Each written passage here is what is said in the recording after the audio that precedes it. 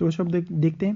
Application of Kohlrausch law, पहला application है to determine lambda M infinity, है ना, इनफाइनाइट डाइल्यूशन पे वीक इलेक्ट्रोलाइट का मोलर कंडक्टेंस कैसे निकालेंगे। तो आपको पता है कि स्ट्रॉन्ग के लिए तो आप ग्राफ के थ्रू भी निकाल सकते हो, लेकिन वीक का ग्राफ के थ्रू नहीं निकाल सकते। इसका मतलब जितने भी स्ट्रॉन्ग इलेक्ट्रोलाइट होंगे उनके आपको लैम्डा एम इन्फिनिटी पे ग्राफ से आप पता कर लोगे। तो अब हम क्या ये लिख सकते हैं क्या कि अगर मान लो चलो आपको सपोज निकालना हो, consider lambda M infinity CH3COOH का, ऐसा नहीं कि हम सिर्फ वीक के लिए लगा सकते हैं, सबके लिए अप्लाई कर सकते हैं ये। तो इसको क्या लिख सकते हैं, lambda M infinity CH3CO minus plus lambda M infinity H plus. लेकिन ये कब वैलिड इक्वेशन, इनफाइनाइट डाइल्यूशन पे, है ना। इनफाइनाइट डाइल्यूशन तो आपको वैसे ही पता है कि इनफाइनाइट डाइल्यूशन मतलब अल्फा कितना हो जाता है, ऑस्टवाल्ड डाइल्यूशन में पढ़ा था कि अल्फा एट इनफाइनाइट डाइल्यूशन 1 हो जाता है, ठीक है। सी को जब 0 रखोगे उस इक्वेशन में तो अल्फा आपका कैलकुलेट होके आता है ऑलमोस्ट 1। तो अब हम यहाँ पे आपको क्वेश्चन में ये जो होगा ये निकालना होगा, क्वेश्चन में ये पूछा जाएगा, और क्वेश्चन में आपको दे रखा होगा ये लैम्डा एम इन्फिनिटी, मान लीजिए CH3COONA दे रखा है ना। क्वेश्चन में दे रखा है lambda M not, lambda M infinity NaCl दे रखा है, और यहीं पे दे रखा होगा लैम्डा एम इन्फिनिटी HCl दे रखा है। तो पहले इसमें बताओ कौन कौन स्ट्रॉन्ग इलेक्ट्रोलाइट है, ये सारे ही स्ट्रॉन्ग इलेक्ट्रोलाइट है। तो इसका इन सब का ग्राफ के थ्रू आप लैम्डा एम इन्फिनिटी पता कर लोगे, है ना ऑलरेडी, लेकिन क्वेश्चन में ऑलरेडी दे रखा होगा। तो मान लो ये दे रखा है x, ये दे रखा है y, और ये दे रखा है z, और आपसे पूछा जा रहा है कि ये कितना होगा। तो आपको क्या कर सकते हो, इसको आप क्या लिख सकते हो, लैम्डा एम इन्फिनिटी एसिटेटाइन का plus lambda M infinity Na plus का। इसको क्या लिख सकते हो बेटा, lambda M infinity Na plus का plus lambda M infinity Cl minus का लिख सकते हो। और इसको क्या लिख सकते हो, lambda M infinity H plus का और lambda M infinity Cl minus का। अब देखो कि इस इक्वेशन को कैसे यूज़ कर सकते हो। तो आपको चाहिए क्या, एसिटेटाइन का और H प्लस का सम चाहिए, है ना। तो क्या आप इस चीज़ को लिख सकते हो क्या, कि इस चीज़ को हम ये लिख सकते हैं क्या, लैम्डा एम इन्फिनिटी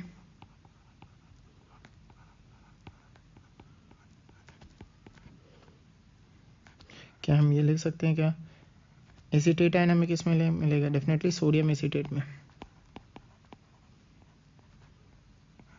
ठीक है। और H प्लस किस में मिलेगा, HCl में। अच्छा, माइनस लैम्डा इन्फिनिटी NaCl, लिखने में कोई बुराई नहीं है। देखो ये जो है इसका मतलब क्या हुआ, एसिटेटाइन प्लस Na प्लस, इसका मतलब क्या हुआ, H plus plus Cl minus, यही तो मतलब हुआ, है ना। और ये आपके क्या हो गया, Na प्लस किससे कैंसिल हो जाएगा, Na प्लस से, Cl माइनस किससे कैंसिल हो जाएगा, Cl माइनस से। तो आप ये चीज़ लिख सकते हो, है ना। तो ये क्या हो जाएगा, इसकी वैल्यू हो जाएगी, वो क्या हो जाएगी, सोडियम एसिटेट का लैम्डा दे रखा है x, और HCl का कितना दे रखा है z, और NaCl का कितना दे रखा है, NaCl का दे रखा है y दे रखा है। तो इसको आप कैलकुलेट कर लोगे। तो क्वेश्चन में डेटा के तौर पे दे रखा होगा, मान लो ये 120 इस टाइप से दे रखा होगा, तो यू हैव टू कैलकुलेट, और आप इस तरीके से कैलकुलेट कर सकते हो, ठीक है।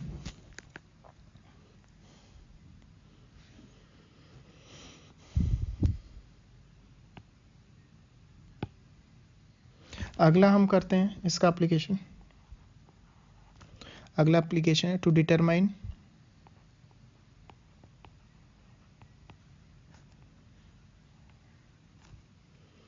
अल्फा ऑफ वीक एसिड, है ना। वीक एसिड, जरूरी नहीं कि एसिड के लिए अप्लाई करो, वीक इलेक्ट्रोलाइट।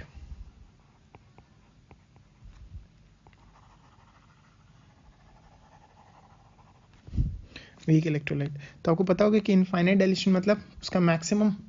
तो इनफाइनाइट डाइल्यूशन में जो डिग्री ऑफ डिसोसिएशन होता है वो क्या होता है, ऑलमोस्ट 1, और लेकिन नॉर्मल कंसंट्रेशन पे नहीं होता। तो जो अल्फा मतलब इनफाइनाइट डाइल्यूशन में जो मोलर कंडक्टिविटी होगी वो तो सबसे ज़्यादा होती है। तो हम यहाँ पे लिख देते हैं कि alpha is equal to lambda M upon lambda M infinity. क्यों, क्योंकि ये क्यों लिख रहा है, क्योंकि भाई देखो कॉन्सेंट्रेशन, आपको ये चीज़ पता होनी चाहिए कि अगर आप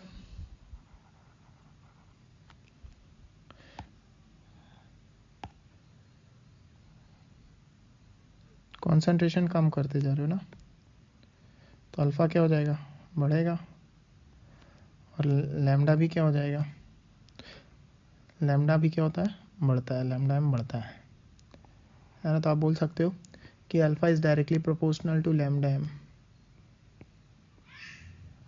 तो देखो इनफाइनाइट डाइल्यूशन में जो इसका अल्फ़ा होता है वो कितना होता है, 1 होता है। तो अब आप ये चीज़ देख सकते हो कि अगर प्रोपोर्शनैलिटी वर्ड हटा दे तो ये चीज़ हो जाएगी दो कंडीशन में, मतलब एक condition lambda 1 upon lambda 2 is equal to lambda M 1 upon lambda M 2, और इनफाइनाइट डाइल्यूशन में लैम्डा कितना होता है, अल्फ़ा कितना होता है, सॉरी 1 होता है। तो यहाँ पे इनफाइनाइट डाइल्यूशन रख दो तो ये चीज़ हो जाएगी। फिलहाल इसका प्रूफ नहीं है, आपको रिजल्ट याद होना चाहिए, क्योंकि रिजल्ट का ही हर जगह एप्लीकेशन है। तो alpha is equal to molar conductivity at normal condition, है ना, जिस कंडीशन पे आपको अल्फा पता है, और लैम्डा एम इन्फिनिटी क्या है उसका इनफाइनाइट डाइल्यूशन में। तो इससे रिलेटेड क्वेश्चन कैसे आते हैं कि आपको मान लो क्वेश्चन पूछा जाएगा कि भाई फाइंड आउट एसिटिक एसिड का की, है ना, जैसे क्वेश्चन आएगा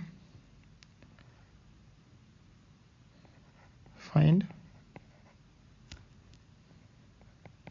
के ऑफ एसिटिक एसिड,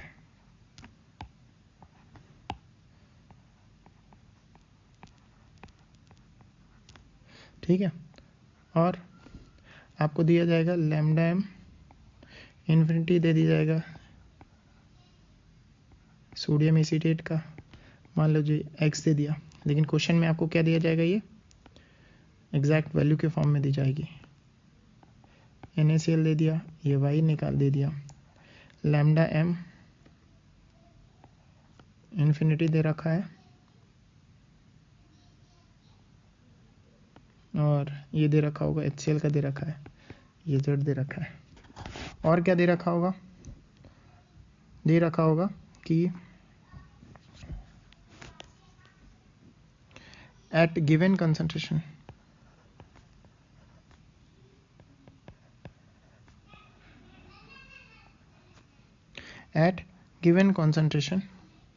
रेजिस्टेंस दिया होगा आपको, है ना, कंसंट्रेशन तो दे ही रखी होगी, और L/A दे रखा होगा, ये सारी चीज़ें दे रखी होंगी, है ना, ये सारी चीज़ें गिवन है, और आपको फाइंड क्या करना है, तो अप्रोच क्या है, तो अप्रोच होगी इसकी क्वेश्चन को सॉल्व करने की ये वाले डेटा से, है ना, ये वाले डेटा से, ये वाले डेटा से आप सबसे पहले क्या फाइंड आउट करोगे, लैम्डा एम इन्फिनिटी, पहले आप फाइंड करोगे लैम्डा एम इन्फिनिटी, फिर दूसरा आप फाइंड करोगे ये आर दे रखा, सेल कांस्टेंट दे रखा, और कॉन्सेंट्रेशन दे रखा, तो लैम्डा एम का वैल्यू क्या होगा 1000 के अपॉन एम, कॉन्सेंट्रेशन तो पता है, और के की वैल्यू क्या होती है जी इंटू L/A, और जी क्या होता है 1/R। तो हो सकता है इसमें से कुछ भी डेटा दे रखा हो उस हिसाब से आप के निकाल लोगे तो लैम्डा एम आ जाएगा। फिर ये निकाल लिया, फिर इसके बाद क्या कैलकुलेट करोगे, अल्फ़ा, और अल्फ़ा क्या होगा, lambda M upon lambda M infinity, ये अल्फ़ा आ गया। फिर ये चौथा पार्ट होगा, आपको वीक इलेक्ट्रोलाइट की इक्वेशन पता होती है, K equilibrium is equal to C alpha square upon 1 minus alpha. अगर अल्फ़ा बहुत कम है तो इस अल्फ़ा को नेगलेक्ट कर दो और यहाँ से के इक्विलिब्रियम आ जाएगा, है ना। ये आपका के ए भी हो सकता है, के बी भी हो सकता है, कुछ भी हो सकता है। तो इस तरीके से आप कैलकुलेट कर लोगे। तीसरा है इसका एप्लीकेशन, तीसरा एप्लीकेशन है to determine KSP of sparingly soluble salt, है ना। इसके थ्रू आप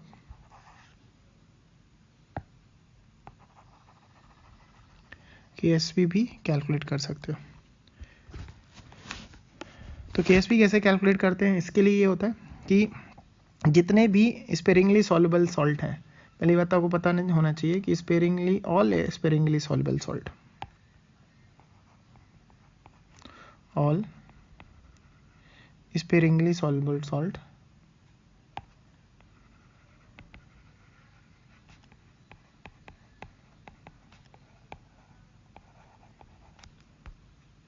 आर स्ट्रॉन्ग इलेक्ट्रोलाइट,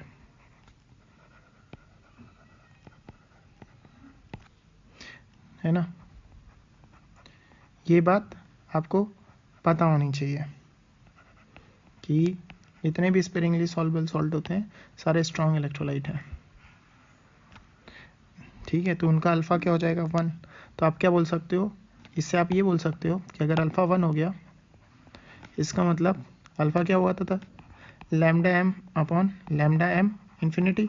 इसका मतलब जो इनका लैम्डा एम होगा वही किसके बराबर होगा, लैम्डा एम इन्फिनिटी के बराबर। क्लियर है।